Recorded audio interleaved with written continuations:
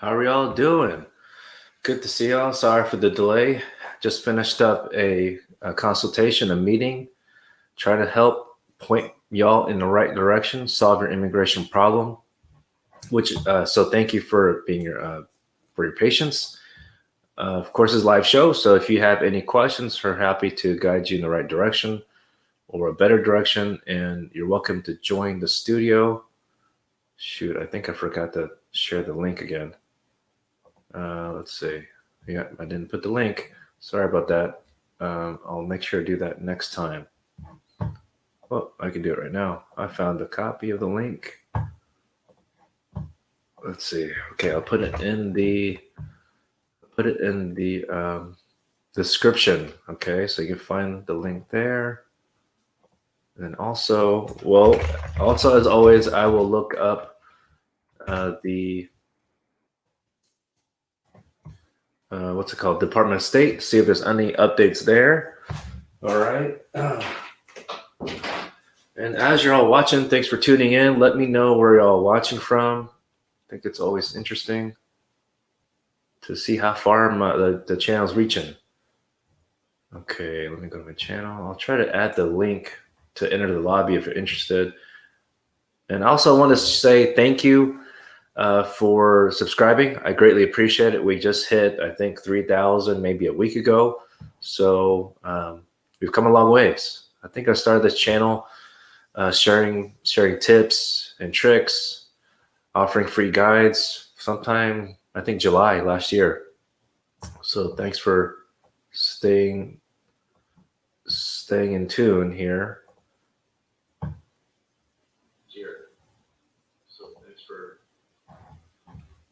Okay, trying to go in the comment section. Okay, there we go.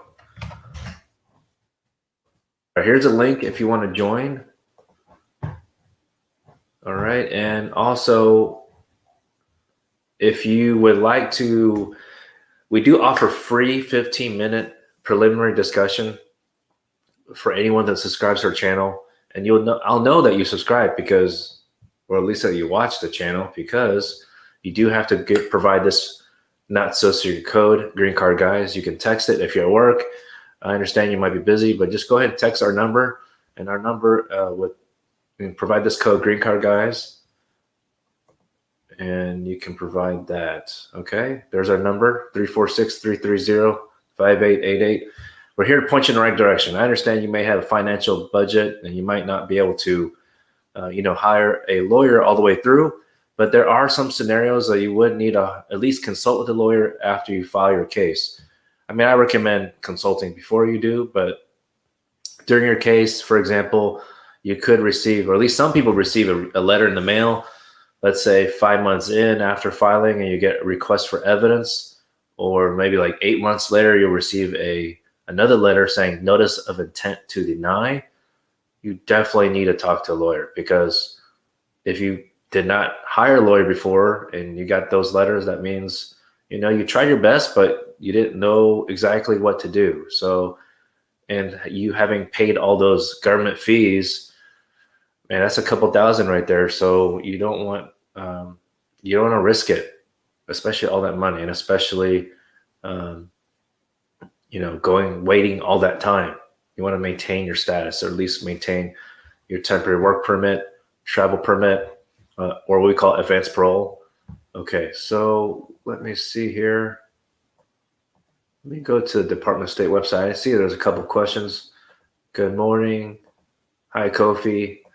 Babatunde, you got a question. When will the bill be implemented for the undocumented immigrants? Oh, the $1 million question. I would love to know that answer. None of us do. We don't know the answer to that. But we'll keep you updated about what Congress is doing. Okay. So we'll let you know. Okay. Anytime there's like actual progress, we might hear something in the news like here and there, but I generally don't provide updates like that. But if that's what you want, I'm happy to do it. But right now we don't know when they're going to implement it, because usually implement also means effective, and it hasn't been passed in the Senate.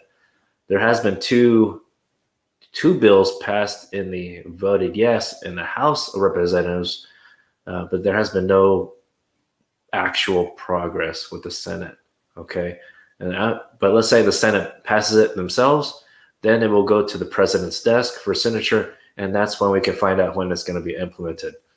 But usually, when laws are passed, it could be they can make up a date on their own when it's going to be effective, or it could be September 1st or the end of the year. So it can depend.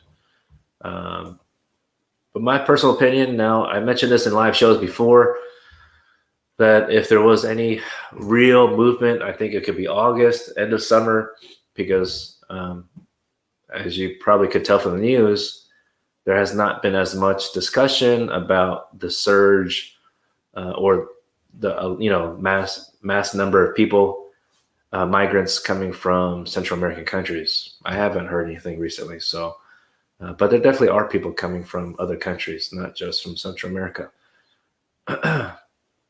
All right, hopefully it helps, Baba Tunde.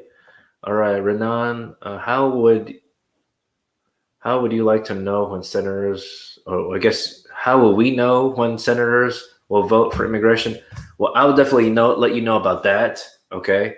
But I do have a resource, our website down below, okay? We have a resource page where you can find out who your elected politician is, elected official, and then you can write them a letter, okay? I actually just had yesterday, on Monday morning, I had a meeting with a couple other attorneys to discuss what we're proposing for immigration and the anti-violence bills, and thanking them for their support. And we do that for whether it's Democrat or Republican. I recommend doing it, trying to set a meeting if you can, or going through an organization that sets up these meetings. And I was doing it through the National Asian American Bar Association. Okay, so I know you do not have to be a lawyer. I just happened to be in a Zoom call with a couple other lawyers that I know. So they really want to make it efficient. The meeting was about like 15, 20 minutes. You tell them what you want, okay, why it's important, and you give them a little your personal story. It doesn't have to be your personal story, but someone else's story, like an anecdote, like a quick summary of why that person is in that situation, and why, let's say, like, they need legal status, right? I understand you need to get a mortgage, you need to become a citizen, from what I understand. So there's a lot of issues. I know a lot of people are concerned about immigration reform as a whole, but there's also concern about adoptees. They had to be a certain age when the law passed. There was a law for adoptees to get automatic citizenship back in the year 2000, 2001, but it wasn't retroactive. So for people that are already over 21 by that time that law passed, they're out of luck. So that was a technical fix that needs to happen. And that one actually is a bipartisan effort. When I just checked yesterday, because the person we talked to yesterday is in the House of Representatives out of Houston, and he's Republican, and he hasn't co-sponsored it, but I told his staffer that there were 11 Republican co-sponsors and there were 10 Democrat co-sponsors. So that at least shows to him, like, hey, just because it's immigration doesn't mean you have to say no, right? You have to understand the situation. So we explained it. All right, so let's see. Other questions? You learned that the USCIS extended the deadline for extension. Yeah, they've been doing this in general since last March 2020, so that's a good thing. Let me check online for you, though, if they did. Because usually I get an email about it. Because the last time they made an announcement about it was last month. I haven't seen anything this month in May, but I could be wrong. Okay, let's see, all news for extension due to COVID. Let's see. Yeah, I think it was in April. So, but if you're wondering about it, let me see if I can find the actual. I'm pretty sure I made a video about this before. Okay. Well, the big news recently, I did a live video the Saturday, I believe, is that Secretary of Department of Homeland Security has announced that the country of Haiti will be redesignated, have a new designation of temporary protected status. So great news, friends. You might be wondering, well, why is that important? Because Haiti is already a TPS country, but that was only based on the reason of hurricane and so natural disaster. And that was 2010 when it was President Obama. But now there's more reasons, new reasons why Haitians should have temporary protected status. And that's because, from my understanding, there's a political uprising, there's political fighting, not like the fighting bipartisan or nonpartisan, partisan political fighting here is much different in Haiti. So there's a lot of violence going on because of the politics there. So let's see here. Also in March, a couple other news about TPS. If you know someone who's from Venezuela, they've also been designated TPS for 18 months. So for each of these, been 18 months, okay? And designated, let's see, looks like the window for TPS. Okay, so there's a filing window, okay? You cannot, there's an initial filing window. So that's why I'm sharing this with you. And let's see. Right now, the TPS for Venezuela is for 18 months through July 2022. So they actually put a kind of like, that's nothing to do about the filing window. That's just saying TPS will end July 20th, 2022. So that, I'm sorry, that's for the DED, Deferred Enforcement Departure. Okay. But anyways, that's for Venezuela. That's because they're going through also political violence there. Unfortunately, this was crazy there. So anyway, it's very important that you file within the window period, because after the window period, then it's not available anymore. It's going to go away. I mean, it's going to stay there, but you can't apply. You won't be eligible. So usually it's for a couple months, not just 1 month period. So just keep that in mind. We'll keep mentioning it. So if you know people who are from Venezuela or any of these TPS countries, Haiti, also Burma. Burma finally has the window period open right now, currently. So if you're Burmese or know someone Burmese, let them know. And our Instagram, okay, Instagram is very easy. Green Card Guys. No, there's no surprise there. So now I'm going to go to, but if y'all have any more questions, keep asking. Okay, I have going to the Department of State website for y'all. See if there's any news there. But what I mentioned about Department of State a couple weeks ago is that they're prioritizing. So prioritizing based on U.S. citizenship, if the sponsor is a U.S. citizen, okay? So that, and that was an update from April 30th, okay? And I know it's a concern for a lot of folks because some of y'all watching and, subscribe to our channel. I appreciate it. Some of y'all are employees of companies who have sponsored you. And then, of course, that's employment-based. So employment-based is tier 4. So there's 3 other tiers related to immediate relatives. So that means the petitioner sponsor is a U.S. citizen. So that's tier 1 and 2. Tier 2 is fiance visa, for example. And tier 3 is the other family preference categories, F1, F2, F3, F4, because I know y'all been asking me about that. It's great to have this tier priority system, priority list. At least we have a better idea, but at the same time, all these cases are important. If you are aging out over 21, but you still currently qualify because of CSPA age, there is a calculation to figure out with this Child Status Protection Act. If you are still under 21, based on that formula, then they say the State Department says you can apply for an exemption or emergency appointment. So we are actually going to have a webinar about how to do that, how to email, how to ask for something. Okay, contacting the consulate. because I know a lot of y'all been emailing and not getting any traction and just getting a generic response.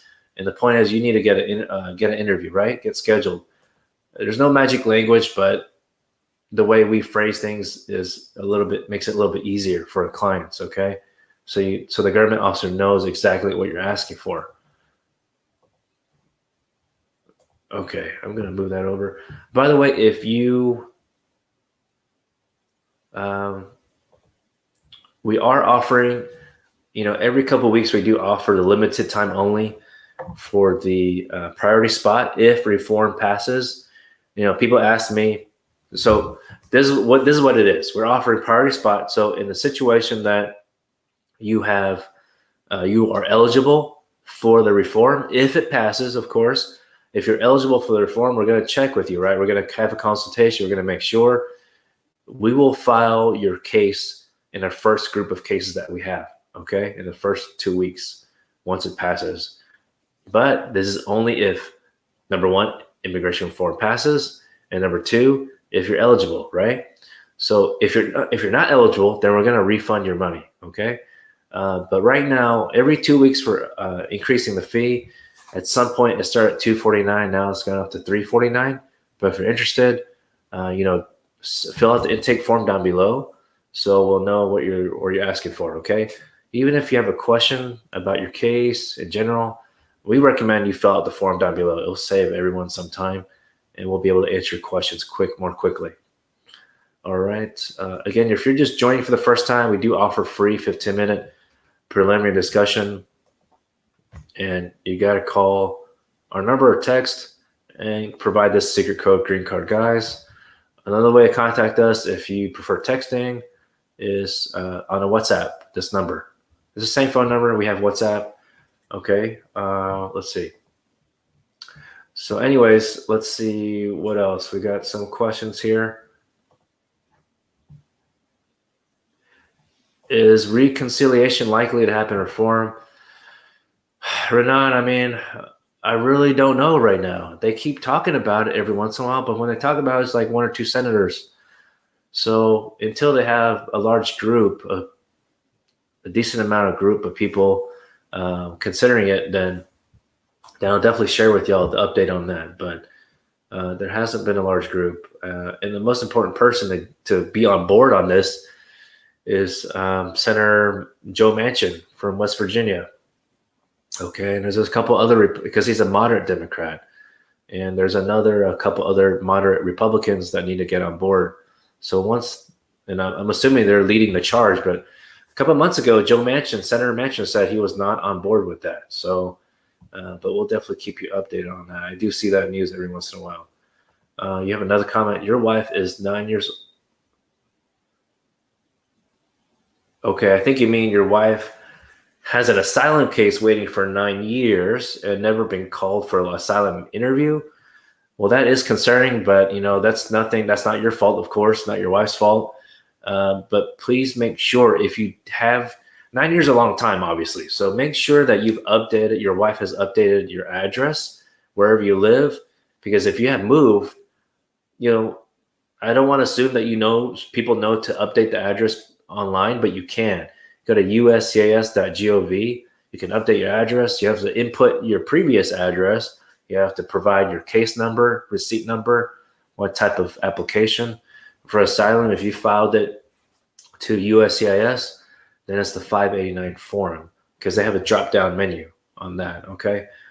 There's a couple other things I need to share about that. It's quite easy to do that online, so check that out. And I'll tell you why it's important, because if you don't update your address, and I'm assuming you have, maybe you haven't even moved, but for others listening, the reason it's important to update address, because when people call us and they're like, oh, I'm about to move, this is the first thing we say, okay? And we ask clients also to update us anytime they move, so we can update it for them, okay? We provide a confirmation so everyone's like calm and make sure we've done it right.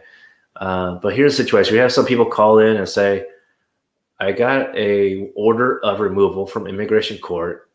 And, we try to analyze what's going on. You have any crimes? No, I didn't have any crimes. Well, why did they order you removed? did you show up to the court hearing? That's our other first question. I said, no, I didn't know about it. Well, unfortunately, they did tell you, they mailed it to you. Sometimes they don't, right? But we check the system, try to find out what the address they have, but we find out from the client or the person calling in and say, well, did you update the address to the court? So for the court, if you have a court case with Executive Office Immigration Review, EOIR, then you cannot update online. It's a different form, okay? It's a paper form. It's not on the USCIS.gov website. It's a different situation. Unfortunately, court, unless they updated recently, I don't know, but for all the years I practiced for a decade, they've never had it online. So it's the form E33. So you can Google search it. You definitely want to update the court because that's when it's the most severe consequence. And if it's for USCIS, the reason I update them is because you would receive the interview notice, right? I've had some people call in and say they didn't receive the interview notice, but they got the denial letter, and they just updated the address late. So it's very important. So if you're moving by any chance, in addition to updating the address on with USCIS or EOIR, go to USPS and forward your mail. You can actually do it online as well, USPS.com. All right, it's very easy. I think they charge $1. That will save you so much headache for the future. All right, so going back to the Department of State updates. Sorry, I kind of go back and forth. By the way, if you're waiting on a case at a U.S. embassy or consulate, and you just want to get an idea of the timing, appointment times, they have a website here you could use, but it's only showing this appointment times. Like it only shows for visitor visa, student visa, exchange visitor, and all other non-immigrant visa, right? So I put in Ciudad Juarez in Mexico, and they say emergency appointment only. So what that means is like they're focusing on the priority list I told you, okay? So hopefully that gives you an idea. But the May 12th is the most recent update on the Department of State website, and I believe it's related to COVID. I think it has to do with India only, but let me check here.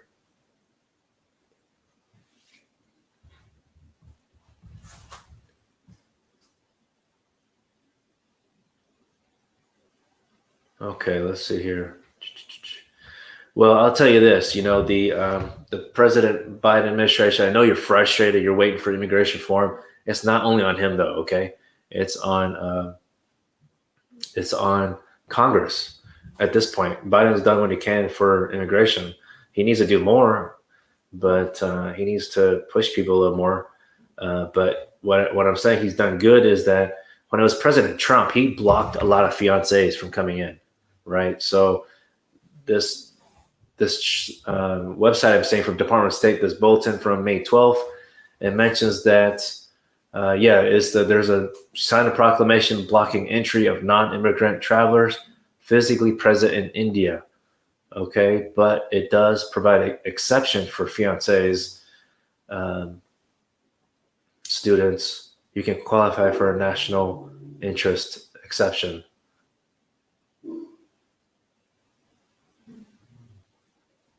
Okay, so like you can au pair, like J1 visa. I think that's sometimes called like a housekeeper, for example. Those are allowed to apply for the exception as well. Journalists, pilots, aircrew, students. Also says immigrants, so which is pretty broad. So I gotta check on that. All right, if y'all have any questions, please drop it in the comment section. If you don't want to ask over on a live channel here, live show, I completely understand. The best way, if you want a confidential situation, go ahead and fill out the intake form down below, or if you have time, give us a call. We're happy to help you. If you happen to be watching this on a weekend, we don't answer on the weekends. We have an answering service, but they don't know anything about immigration, to be honest. But they'll collect your information, and we'll call you back on Monday or the next business day. Let's see what we got here. Kofi, your question is, how can somebody delay deportation in order to wait for Biden's immigration policy for undocumented in case they pass it? Okay, Great question, Kofi. I don't even know why I didn't share this good news. So I thought we had a good case. It was tough, but it was an asylum case. I'm allowed to share this because I'm not mentioning the client's name, but it was an asylum case. It was tough because asylum's tough in general. The legal standards are tough. The judge, but we accept very limited asylum cases. We do have a team that we can refer asylum cases only, and they've actually used to work for the government, so they know, they have more experience on that perspective. Okay, so if you do have that type of case, let me know. But anyway, Kofi, he was released, even though he had order removal. Okay, he was released from detention. He was detained the whole time. What we did for him is we filed a request to the National Office of ICE and requested the release. Okay, so if you know somebody in detention center, this is possible. They're releasing people. Not everyone, of course. It depends, but there is a policy guidance on that. So I actually didn't completely know if they're going to release him, but we did it as a courtesy for him since he was already a paying client. So we got him released. It's great. It did take a couple weeks, but it happened. So we're very happy for him. So he's in a situation that he could, who knows, maybe he can qualify for Biden's the new reform bill. So hopefully whenever that passes, it gets through Congress, we'll see, and we'll reevaluate for him. So we'll see how it goes. Okay, Kofi, but it is possible. All right. So hopefully that your friend or whoever can qualify for this, but let us know. Even if we're not in the same state, it's a request going to the national office, so we can't help with that. So let us know, Kofi. Renan, you have a question. If a person has TPS, can he travel to these countries like Chile, Brazil, or Aruba? Well, it kind of sounds like you want to travel if you have TPS. I would love to travel to those countries, but Brazil, please be careful. I mean, of course, be careful of any country because of COVID, but I heard that Brazil, let me look it up online. I heard that Brazil has high numbers, just not as bad as India. COVID tracking. Brazil. I'm just looking on Google, or actually Microsoft Bing right now. Let's see. Okay, so Brazil shows confirmed positive COVID is 16 million. And death is 450,000, almost 450,000. So that seems like a lot to me compared to most countries. I mean, half the country is red. So just be careful of there, okay? Yeah, about half the country has a big red circle over it. But okay, in general, all right, I know that's not really your question, but Renan, in general, you would need to apply, or whoever that has TPS, you need to apply for advanced parole. It's a separate application, okay? It's not automatic. Just because someone has TPS does not mean you already have advanced parole, but advanced parole is a separate application. People sometimes call it like travel permission. It really allows, the purpose of it is so you can travel. And not saying that you can leave anytime, right? But it allows you to come back in the country through customs, okay? Because customs officers will ask you, because if you're not in the U.S. citizen line or the green card line, resident holder, then you're going to have to show this advanced parole document. So that's very important. It's the form 131 if you do this yourself. Okay, you got to go to the uscs.gov website.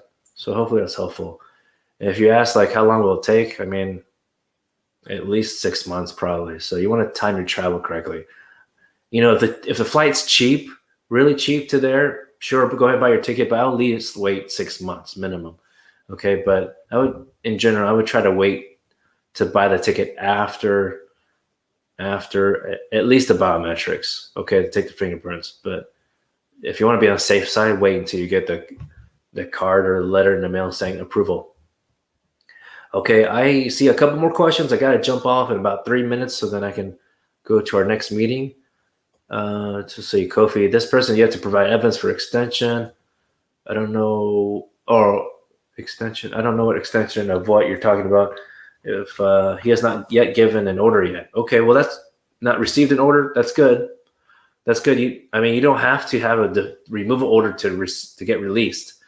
So that's the good thing. And they are releasing people also, but they're not going to release people. I mean, I think for some people they're doing this. ICE is doing this, but you have to be proactive. So if you know someone in a detention center, you might want to suggest them giving us a call or whoever, or call another immigration lawyer. That's fine. There's so many of good immigration lawyers. There's some bad ones. There's also some immigration consultants or notaries, any ethnicity, any culture. There's always some kind of immigration consultant or notary. In Texas, it's a felony for them to practice law. Okay, actually, it specifically says for immigration also. So be careful of that. Something serious like this for to get legal status, it's always just better to hire a lawyer. That's the right way to do it, to be on the safe side. Okay, I know Ali, you asked a question, but Kofi, you just finish up with what you're saying. He has no criminal record. Well, hopefully he's not in detention then. If he has no criminal record, he wants to know in advance in case he is denied the extension. Well, I don't know what you're talking about extension. So, visitor visa extension, I have no idea what you're talking about. So let me know. I think the best thing, Kofi, is just give us a call or your friend, whoever you're talking about, and we can. We just won't have enough time right now. I'm about to jump off in 1 minute. Ali, hi Ali, just asking what's reasons acceptable by NVC for expedited cases. Do I think it's worth it? Yeah, it's definitely worth it. We're going to have a free webinar. So we're going to teach you how to do it. Is it going to get you a guaranteed outcome for you? No, we can't guarantee, just like for an actual case, unfortunately. But I do think it's worth it. It's not going to penalize you for just because you submit an email asking for expedited. Like, look, don't expedite just because you've been waiting too long, right? You should request specific expedited for a specific reason. So the main reason, and we'll share in the webinar, we won't have enough time to share right now, but one of the good reasons that if you or you have a child, or I guess not a child anymore, but they're over 21 and they have they're aging out then. So they've actually said that you can file an expedited request based on that. So it's not so much NVC as the Department of State, because they control the U.S. embassies and the consulates. Okay, NVC actually always punts it away. They're like, even if you email them, they're like, email the Department of State, the embassy or consulates. They don't want to deal with it. I mean, you could try to email them, but they're going to just punt it away. Okay, they don't want to deal with it. So, all right, friends, I got to get going to our next meeting. So I appreciate you being patient, and you all have a wonderful day. We'll see you on Friday. Take care.